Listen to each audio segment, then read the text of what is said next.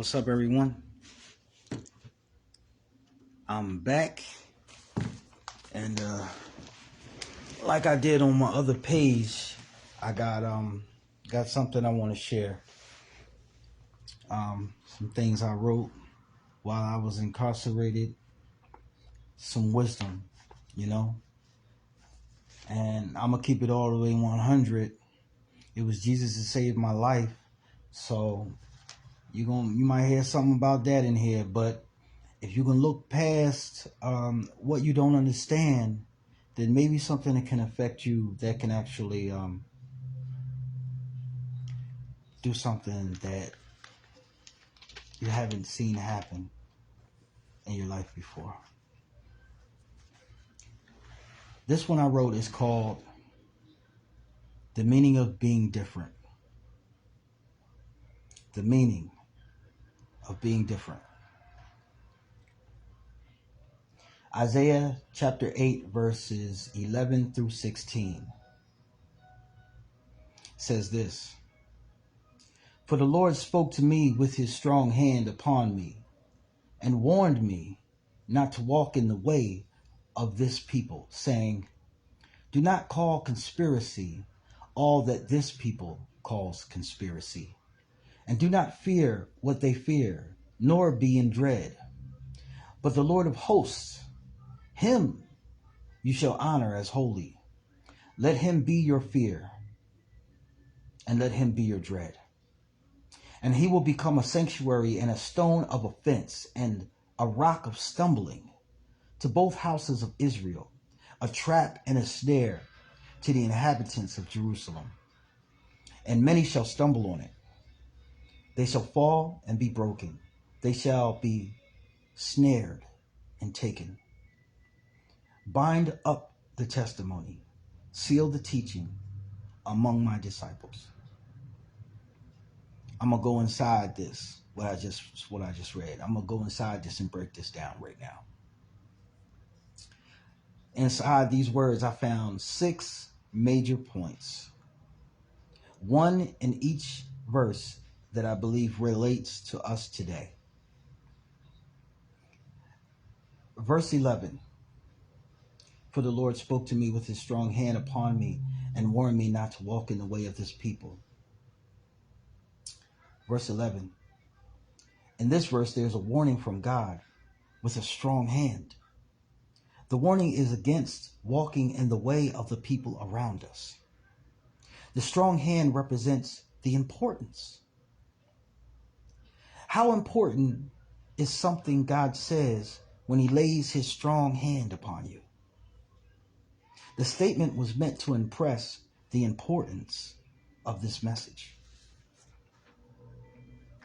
What does it mean to not walk in the way of the people around you? Common sense tells me it means don't think like them. Don't walk like them. Don't talk like them. Don't move in the same way they move. It is also said in the Bible that we Christians should be as strangers, just visiting a strange land. We know this destination is short-lived, where we are here. We know being born again in Christ makes us different. It makes us renewed in mind, body, and spirit. It means who you were is no longer who you are, regardless if anybody else wants to see it. What it means to not walk in the way of this people is that we should embrace our weirdness. People not be ashamed of it. The way of this people is to be ashamed to be different or weird.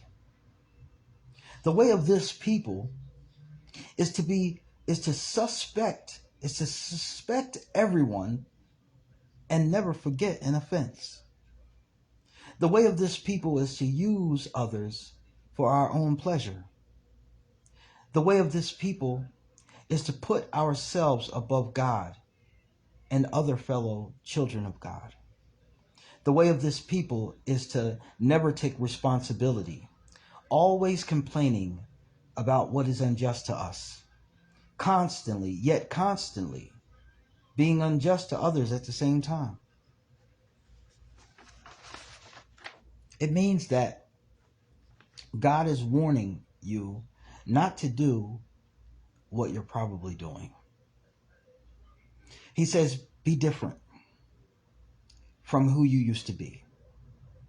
Otherwise, becoming a Christian means nothing. When others see you doing as they do, they say Christianity is a joke. Look at him. He mocks his own God. Let's go to verse 12 now. And verse 12 said, do not call conspiracy all that this people calls conspiracy, and do not fear what they fear, nor be in dread. This is where God gets a little bit more specific about what not to do. He says, whatever others are suspicious of, don't hold the same suspicions. You may never have realized it, but at the root of every suspicion is fear. And it is a fear that says, God can't help me here. This doesn't mean you shouldn't judge who to be around or take your knowledge from or who to let around your kids. It means do not hold in contempt what you have not thoroughly investigated. And here is a very important point. If you tell someone about something you heard about someone else that you haven't seen or witnessed firsthand, it's gossip and it's suspicion. Do either of these things bring you closer to God or to the best version of yourself?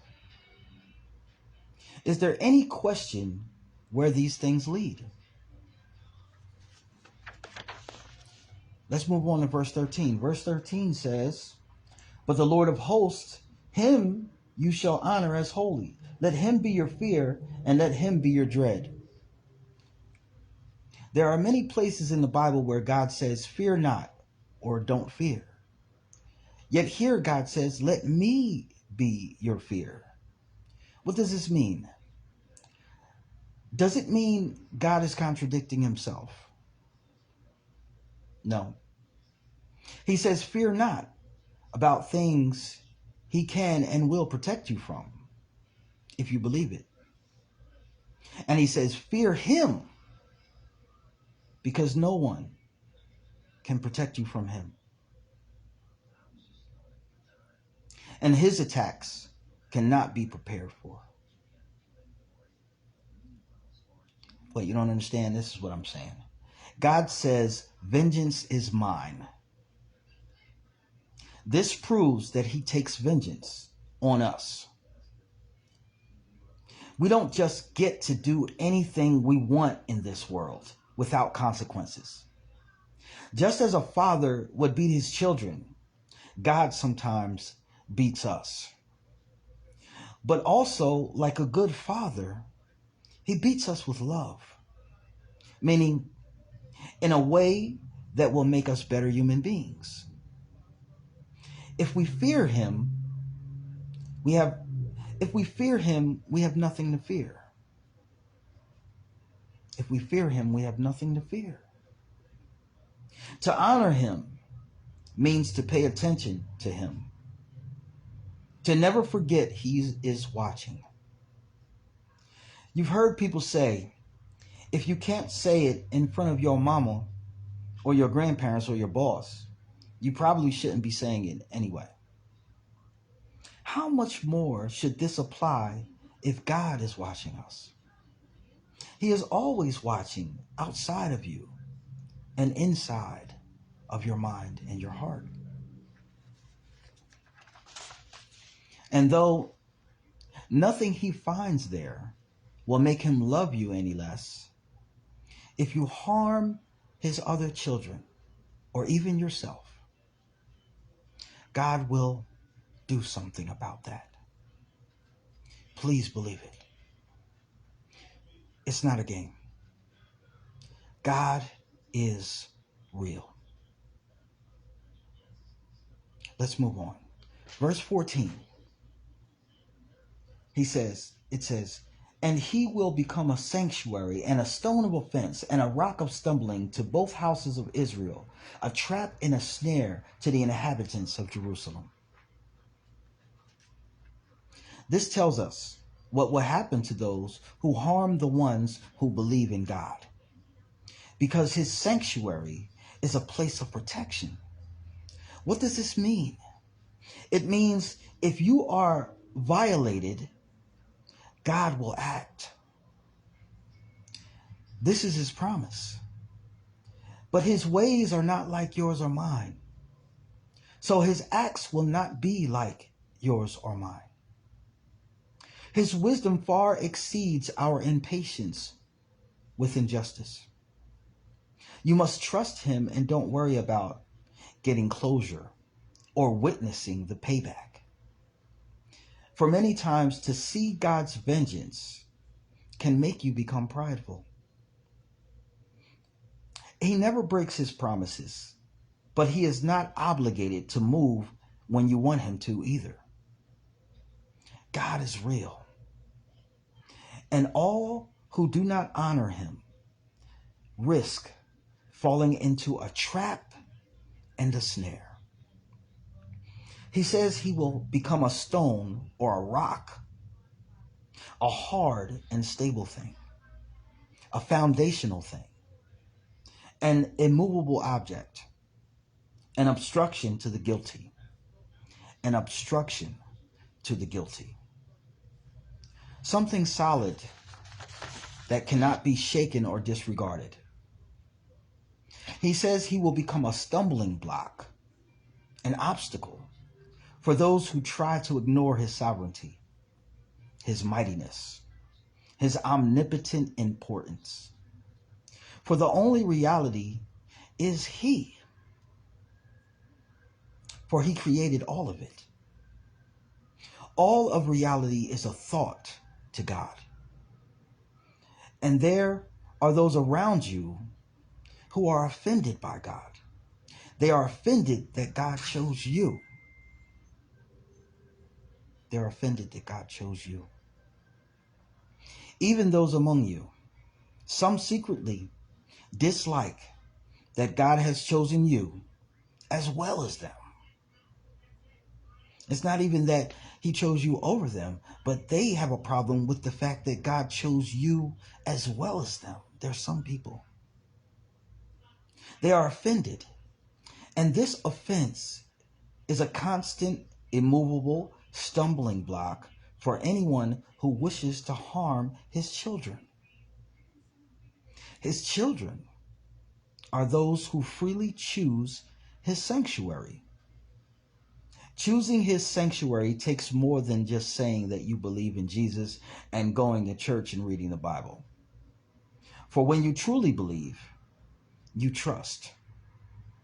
And when you truly trust, you live boldly within the energetic field of that which you place your trust in. And within the energy that comes out of you, meaning your works and your attitudes, we will all have proof of witness as to where your trust lies. We can all see it in each other's daily actions and conversations. So your enemies will be caught up and held in a way that befits God's vengeance, which is beyond our comprehension. And the only way to reconcile that is with faith. If you don't, you will never get free of trying to take revenge and trying to be God the Father.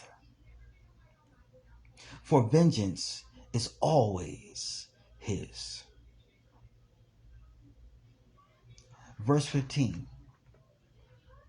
And many shall stumble on it. They shall fall and be broken. They shall be snared and taken.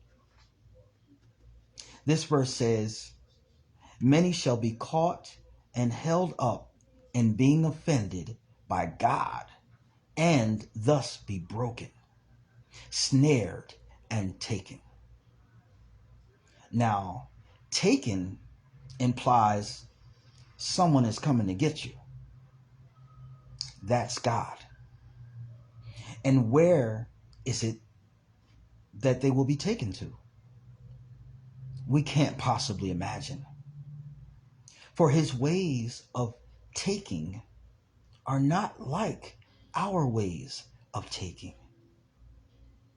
The only way to truly come to terms with the paradox of God's similarities to us and his incredible differences is to be weird or not of this world. Because that's what it means to be weird. It means I'm not like you. It means I'm different. It means I'm moving like I'm not a part of this thing that you're a part of. And so you're going to call me weird. We must be different to understand what is different. Hear God's infinite wisdom in this. The verse here that you can look at if you want to is, I'm sorry about that noise. The verse here to look at if you want to is Luke chapter 9, verse 24. We must die from this world to be born into another. We must die from this world in order to be born into another. You cannot be born into your next life, your next phase of life, if you haven't died from the old one. If you're still holding on to the old one, it means you're not ready to be reborn. We know that we have not made this decision to be reborn because we're too rich. Rich men find it hard to get into heaven.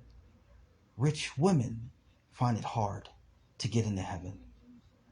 We are rich in too many girlfriends or boyfriends, rich in too many drugs, rich in too many philosophies that we want to be a part of, rich in too many people who don't want to offend, rich in too many things we want to do that God disapproves of.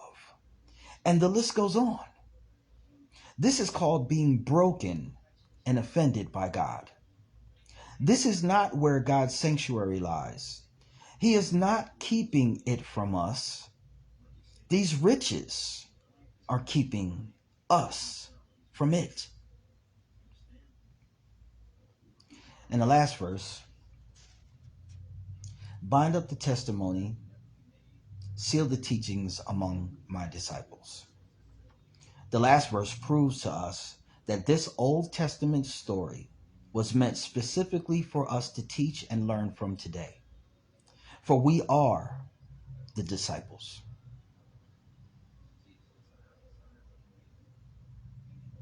I just pray that what was said here leads to a root being planted deep, a seed of thought that leads to death and then true rebirth.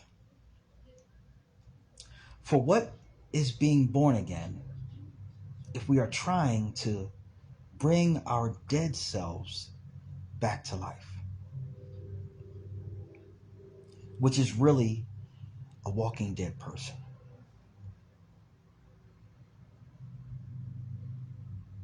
May God lead us to the best versions of ourselves. And may we have the confidence and courage to be different.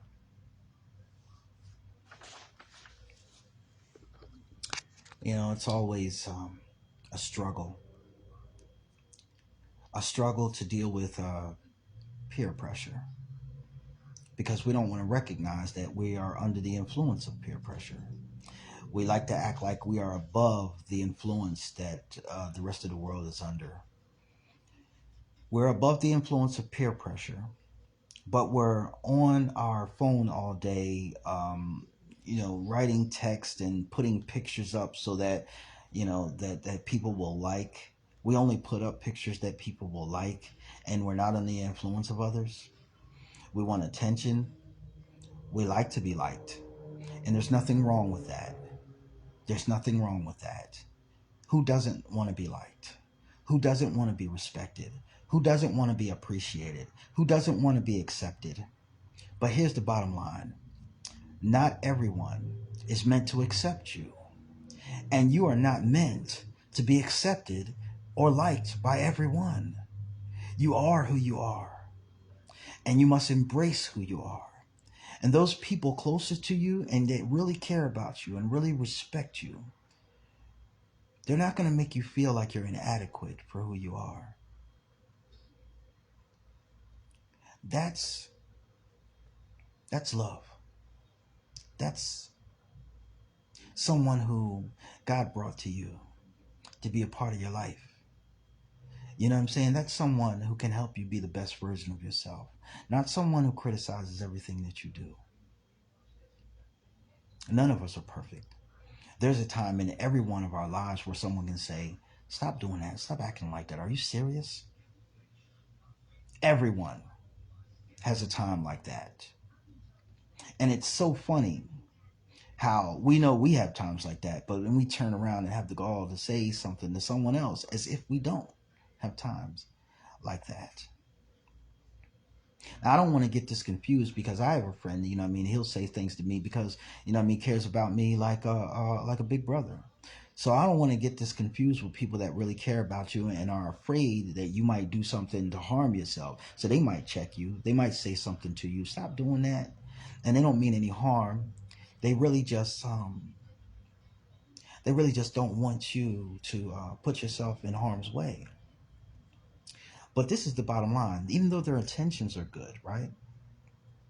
Someone once told me that the path to hell is paved with good intentions. You know, the path to hell is paved with good intentions. So good intentions are not enough.